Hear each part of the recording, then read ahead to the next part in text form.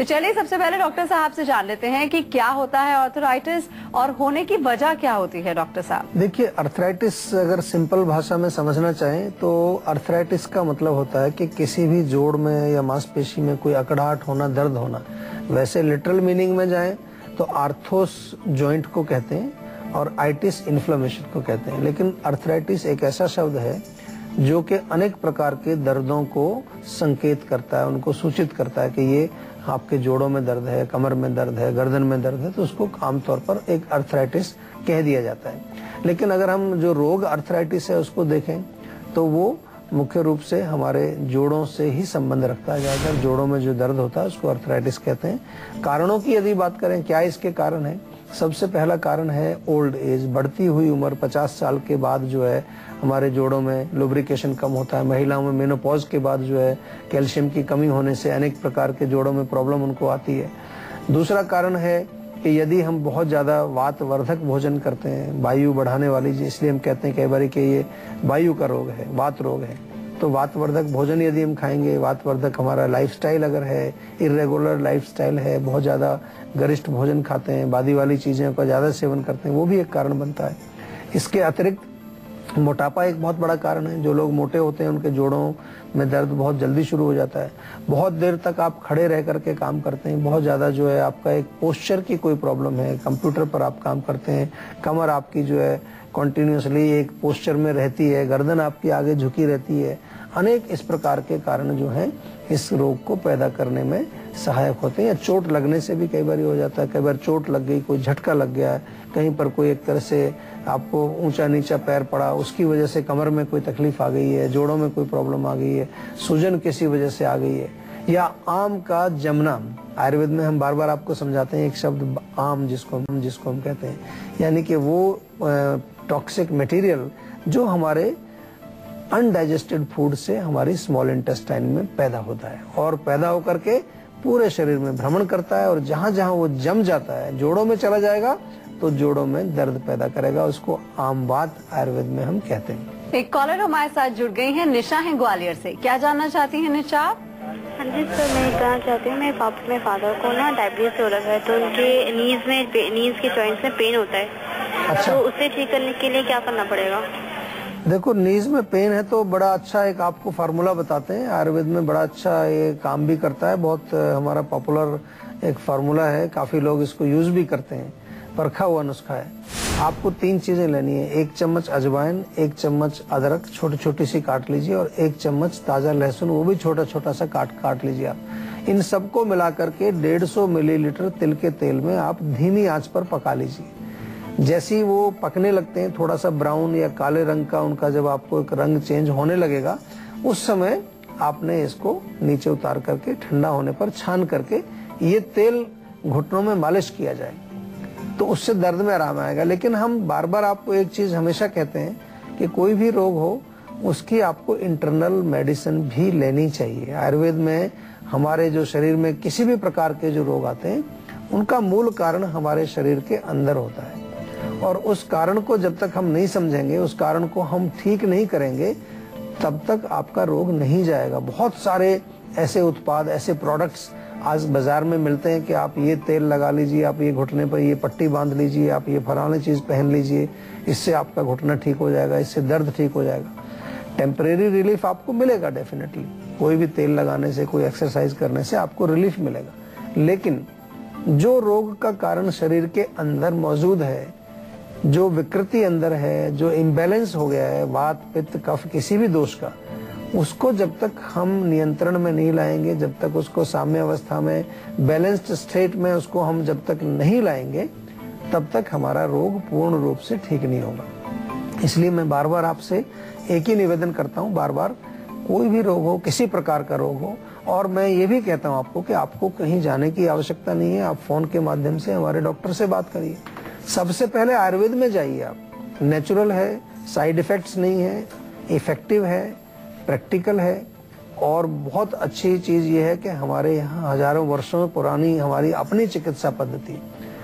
आजकल बड़ी बात चल रही है पूरे देश के अंदर, भाई अपनी संस्कृति, अपनी प्रकृति, अपने देश की चीजों को हमें बढ़ावा देना चाहिए पूरे विश्व में। मैं तो 30-40 देशों में भ्रमण करता हूँ और आयुर्वेद का प्रचार करता हूँ, और मुझे जान करके बड़ी खुशी होती है कि आज पूरे विश्व में जो है लोग आयुर्वेद को अपनाने के लिए कोशिश कर रहे हैं, समझने की कोशिश कर रहे हैं। तो हमारा भी एक ये फर्ज बनता है कि हमारी अपनी चीज को यदि हम ही प्रयोग नहीं करेंगे तो फिर दूसरे कैसे उसकी वैल्यू करेंगे। तो हमें हमेशा पहले आयुर्वेद में ही अपना इलाज कराना चाहिए, और कोई ऐसी कठिनाई अगर है तो डॉक्टर से विचार विमर्श करें, परामर्श करें, अच्छी तरह से अपने रोग को समझें और उसका उपचार करें। तो चलिए अब डॉक्टर साहब से जान लेते हैं कि कोई व्यक्ति ये कैसे पहचाने कि उसे आर्थराइटिस की बीमारी है, और इसके कोई लक्षण होते हैं डॉक्टर साहब जिससे पहचाना जा सके? बिल्कुल, देखिए, अगर सबसे पहला लक्षण तो दर्द है, पेन यदि आपके जोड़ों में होता है और उसमें सूजन आती है, जोड़ों में आपको कड़कड़ आवाज आती है, स्टिफनेस, अकड़ाहटपन है, यानी कई बार लोग कहते हैं जी रात को जब सोते हैं थोड़ा सा भी अगर करवट लें तो बहुत दर्द होता है। नहीं, इतना अकड़ जाता है शरीर हमारा, इतने जोड़ों में अकड़ाहट आ जाती है कि थोड़ा वो इसको मूव करें तो उसमें पेन होता है। इसके अलावा कभी कभार ये भी देखा गया है कि वहाँ पर दर्द के साथ साथ सूजन भी होती है, कभी किसी लोगों में जो है वहाँ पर ये जलन भी वहाँ पर पाई जाती है। अनेक प्रकार के लक्षण इसमें मुख्य रूप से देखने को मिलते हैं, और किसी व्यक्ति को बुखार भी शरीर में कई बार हो जाता है। जब उनको ये जोड़ों का दर्द होता है, बुखार हो जाता है, वीकनेस शरीर में बहुत आ जाती है, कमजोरी आ जाती है, जल्दी थकान जो आ जाती है, और इसके अतिरिक्त जो हमारी नसें हैं उनमें भी कमजोरी आनी शुरू हो जाती है, और कभी कभार देखा जाता है कि जोड़ों के दर्द के साथ साथ थोड़ा सा सुन्नपन यानी कि नंबनेस भी शुरू हो जाता है। एक कॉलर हमारे साथ जुड़ गए हैं, अरविंद है मेरठ से। क्या जानना चाहते हैं आप? जी सर, मैं ये जानना चाहता हूँ, मैं जब भी टीवी देखता हूँ या फिर सिस्टम पे काम करता हूँ, मेरे मतलब सर के पीछे की तरफ कभी कभी अचानक से एकदम से दर्द उठता है, जैसे पत्थर मार देते हैं सर में। थोड़ी देर के दर्द होता है लेकिन फिर बाद में वो सही हो जाता है। और फिर तो कब से चल रही है प्रॉब्लम आपको? ये प्रॉब्लम करीबन 3-4 सालों से चल रही है। तो आपने कुछ चेकअप नहीं किया इसका, कोई दिखाया नहीं? चेकअप अभी ये मतलब कभी ये इसके बारे में कभी सोचा नहीं, लेकिन अब ज्यादा गौर किया है ना। अच्छा। तो अब ज्यादा और तकलीफ से मतलब बढ़ती जा रही है। चलो देखो, एक तो ऐसा कि अच्छी बात है आपने कम से कम अब भी गौर किया है। शरीर में कहीं भी कोई तकलीफ हो, किसी तरह की कोई अबनॉर्मलिटी आपको कभी भी दिखे, उस पर थोड़ा चिंतन जरूर करना चाहिए, सोचना चाहिए, उसको नजरअंदाज नहीं करना चाहिए। कभी बेशक आप डॉक्टर के पास भी जाते हैं, कई बार डॉक्टर भी कई बार बोल देते हैं ऐसे रूटीन में, कोई बात नहीं, ज्यादा कोई चिंता मत करिए, लेकिन फिर भी शरीर आपका है, आप उसको थोड़ा सा ऑब्जर्व करेंगे, कहीं ना कहीं कुछ देखेंगे तो कुछ चीजें समझ आएंगी। क्योंकि डॉक्टर साहब के पास भी आप कभी जाते हैं तो उनको पूछना पड़ता है, आपसे सारे लक्षण पूछने पड़ते हैं कि किस प्रकार से होता है, कब होता है, क्यों होता है, ताकि उसका एक अंदाजा लगाया जाता है कि क्या उसकी वजह हो सकती है। आयुर्वेद में अगर हम इसको देखें कि आपने कहा कि बैठे बैठे और खास तौर से जब आप काम कर रहे होते हैं कंप्यूटर पर, सिस्टम पर, तब आपके सिर के पीछे बहुत तेज दर्द होता है। तो इसमें संकेत ये मिलता है कि मस्तिष्क पर एक तो दबाव पड़ने की वजह से कोई आप मेंटल वर्क कर रहे हैं, या आंखों की वजह से भी हो सकता है कि आपकी आंखों की दृष्टि, आंखों की रोशनी, उसमें कोई किसी प्रकार की समस्या हो, उसके कारण भी जो है ये आपको प्रॉब्लम हो सकती है। तो मैं आपसे थोड़ा निवेदन करूंगा, एक तो आप अपने कुछ ना कुछ ब्रेन टॉनिक जरूर लीजिए, और आंखों को भी चेक करा लीजिए एक बार डॉक्टर से जाकर के, आंखों वाले डॉक्टर से एक बार दिखा लीजिए। और हमारे यहाँ आयुर्वेद की दृष्टि से अगर हम देखें तो बादाम का सेवन आपको करना चाहिए। बादाम 7-8 रात को भिगोएं, सुबह छिलका उतार के घोट करके दूध में डाल करके उसको पी लीजिए। और ब्राह्मी की टैबलेट्स आप हमारे यहाँ से मंगा लीजिए। ब्राह्मी टैबलेट सुबह शाम आपको 1-1 गोली लेनी है, और उसके सेवन करने से आपको इसमें आराम आएगा, क्योंकि वो एक तरह से ब्रेन टॉनिक का काम करती है, हमारे मस्तिष्क को मजबूत बनाती है। लेकिन साथ में ये जरूर मैं बता दूं कि रोग यदि आपका फिर भी चालू रहता है तो एक प्रॉपर कंसल्टेशन, डॉक्टर से पूरा विचार विमर्श करना, कोई फर्दर चेकअप वगैरह यदि कराना हो वो भी जरूर कराइए। अपने स्वास्थ्य के प्रति आपको हमेशा जागरूक रहना चाहिए, क्योंकि ये जो शरीर है हमारा, जब तक ये स्वस्थ है तभी तक हम अपने जीवन में कोई भी काम जो हमें करना है उसको हम पूरा कर सकते हैं। अगर हम अस्वस्थ हैं, अगर हम बीमार हैं, अगर कोई रोगग्रस्त हमारा शरीर है, तो फिर हमें काफी कठिनाइयां होती हैं अपने जीवन के उद्देश्य को पूरा करने के लिए। जोड़ों में सूजन और दर्द से संबंधित आर्थराइटिस की बीमारी अनेक प्रकार की होती है, तो डॉक्टर साहब संजीवनी के दर्शकों को थोड़ा विस्तार से बताइए, अलग अलग तरह से किस प्रकार की होती है? काफी सारे आपने नाम सुने होंगे कि डॉक्टर कहेंगे जी आपको जो है रोमेटॉइड आर्थराइटिस है, कभी कहेंगे आपको ऑस्टियो आर्थराइटिस है, या स्पॉन्डिलाइटिस सर्वाइकल है, लंबर स्पॉन्डिलाइटिस है। काफी सारे जहाँ जहाँ पर उसका जो है प्रकोप है उस स्थान के अकॉर्डिंग भी नामकरण उसका होता है, और रोग के जो लक्षण हैं उसके अनुसार भी, जैसे कि अगर यूरिक एसिड बढ़ गया तो वो भी एक प्रकार का जो पेन वहाँ पर जोड़ों में होता है उसको गाउट बोलते हैं। अगर आपके जो है जोड़ों में ग्रीस खत्म हो गया तो उसको ऑस्टियोआर्थराइटिस कहेंगे। सूजन आ गई है, जोड़ों में सूजन है, काफी पेन होता है, इन्फ्लेमेशन है, उसको अर्थराइटिस या रोमेटॉइड अर्थराइटिस भी उसको बोल दिया जाता है। तो अनेक प्रकार के अर्थराइटिस हैं हमारे शरीर में, और उनका जानना जरूरी है, समझना भी जरूरी है, क्योंकि इलाज जब हम करते हैं यदि सही प्रकार से नहीं समझा, अब मैं आपको बताऊं कि मैं जोड़ों के इलाज में बताऊं जिसमें सूजन आती है और आपके जोड़ों में सूजन है नहीं, आपके जोड़ों में सूख गया अंदर का वो जो अंदर जो हमारा लुब्रिकेशन है वो सूख गया है, तो दोनों अलग अलग कारण से, एक में वात का प्रकोप है, एक में आम जमा हुआ है। तो यदि आप उसको समझेंगे नहीं और केवल आप जो है भाई ये गोली खा लीजिए, ये कैप्सूल खा लीजिए, आयुर्वेद में भी ऐसा चल रहा है आजकल, ये आयुर्वेद का एक कैप्सूल खा लीजिए तो जोड़ों का दर्द भाग जाएगा, ये आप तेल लगा लीजिए इससे आपका जोड़ों का दर्द भाग जाएगा। कैसे भाग जाएगा? सबसे पहले ये तो जानो कि किस प्रकार का दर्द है, किस कारण से दर्द है, कौन से दोष का प्रकोप है, तभी तो भागेगा, नहीं तो कैसे भागेगा। थोड़ा टेम्परेरी रिलीफ शायद आ जाए आपको मालिश वालिश करने से, सिकाई करने से, लेकिन अगर रोग को पूर्ण रूप से नष्ट करना है और जड़ से खत्म करना है तो उसके बारे में ज्ञान प्राप्त करना, उसको समझना कि उसका क्या कारण है, क्या संप्राप्ति है, क्या उसका निदान है, ये सब हमारे डॉक्टर्स आपको समझाते हैं, अच्छी प्रकार से आपको बताते हैं और आपका उपचार भी हम लोग करते हैं। और अब बारी है आज की संजीवनी की, जिसमें डॉक्टर साहब से जानेंगे क्या है आर्थराइटिस की बीमारी का आयुर्वेदिक इलाज। तो डॉक्टर साहब क्या है आज की संजीवनी? देखिए, जो संजीवनी आज की हम यही बताएंगे कि जोड़ों में दर्द यदि आपको है, सबसे पहले उसका कारण जरूर आप जानिए। संजीवनी तभी मिलेगी, मुक्ति रोग से तभी मिलेगी जब आप उसको सही तरह से पहचानेंगे। अगर रोग का डायग्नोसिस गलत हो गया, क्योंकि मैंने कहा कि अनेक प्रकार के जोड़ों के दर्द हो सकते हैं, अनेक कारणों से हो सकते हैं। फिर कुछ कॉमन चीजें हैं, जैसा मैंने कहा कि कुछ अगर हम थोड़ा मसाज करें, थोड़ा उसमें अगर हम थोड़ा सा सिकाई करें, उससे फर्क पड़ता है।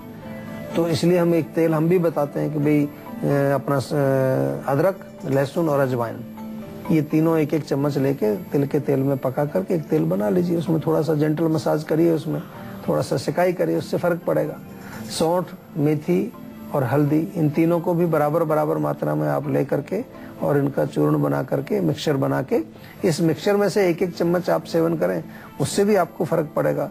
या आयुर्वेद में हम पंचकर्म चिकित्सा आपको बार बार बताते हैं, जोड़ों का दर्द हो, कमर दर्द हो, गर्दन का दर्द हो, कोई भी किसी प्रकार का आर्थराइटिस हो आपको, उसमें हमारे पंचकर्म चिकित्सा बहुत कारगर है, क्योंकि क्रॉनिक हो जाते हैं, पुराने हो जाते हैं, दवाइयां भी खा खा के आप परेशान हो गए हो, तो फिर मैं थोड़ा कई बार आपको एडवाइस करता हूँ कि पहले पंचकर्म करा लीजिए, एक सप्ताह के लिए आ जाइए हमारे फरीदाबाद में, आप रहिए आकर के, तो एक शुरुआत आपकी अच्छी हो जाती है। तो पंचकर्म चिकित्सा इसमें बहुत अच्छा फायदा करती है।